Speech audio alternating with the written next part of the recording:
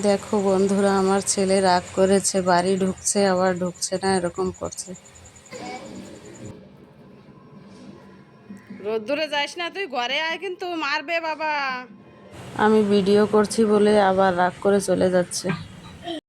এদিকে আমার রান্নাঘরের অবস্থা দেখো, সব বের করে নিয়েছি। রান্নাঘরটা একেবারে খারাপ হয়ে গেছে, যে তেল মশলা খারাপ হয়ে গেছে। আমরা দুজনে মিলেই বানিয়ে নেব, উনি পারবে জোড়াই করতে যেহেতু।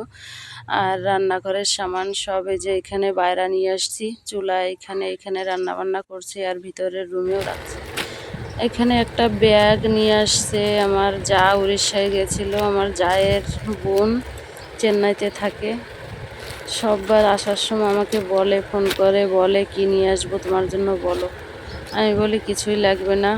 এবারও আসার সময় আবার বলছে, কি নিয়ে আসবো বলো, কি নিয়ে আসবো বলো।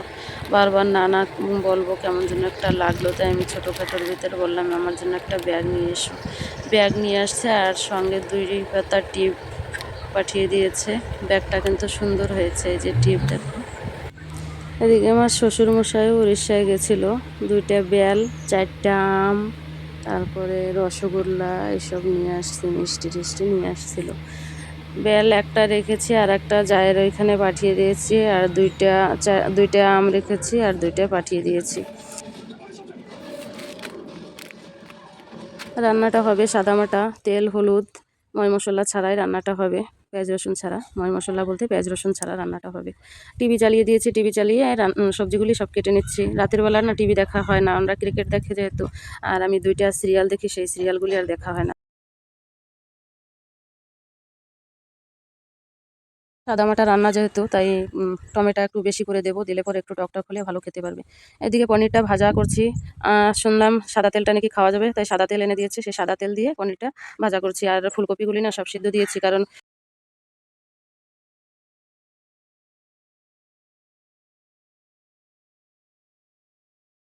ফুলকপিতে না কেমন একটা গন্ধ হয়, একটু সিদ্ধ করে জলটা ফেলে দিলে সেই গন্ধটা অত থাকে না। কারণ ওই যে পেঁয়াজ রসুন তো দেবো না, এই যে ভেজে নিয়েছি দেখো। আর আলুটাও একটু লাল লাল করে ভেজে তাই রান্নাটা করব। ওদিকে মটরগুলি বলছিলাম মটর দিয়ে রান্না করব, মটরগুলোও ভালো নেই, যার জন্য মটরগুলো আর দিলাম না। আর এই যে মশলাটা একটু কষিয়ে নিচ্ছি, টমেটোই শুধু বেশি করে টমেটো দিয়েছি। রান্নাটা বসিয়ে দিলাম। রসা অনেকটাই রেখেছি, অনেকটা রাখবো রসা, কারণ এই গরমে যদি গাঢ় করে সবজি রান্না করি, সবজিটা কেউ খাবে না। একটু পাতলা করে জল জল করে রান্না করলে হয়তো খাওয়া যাবে।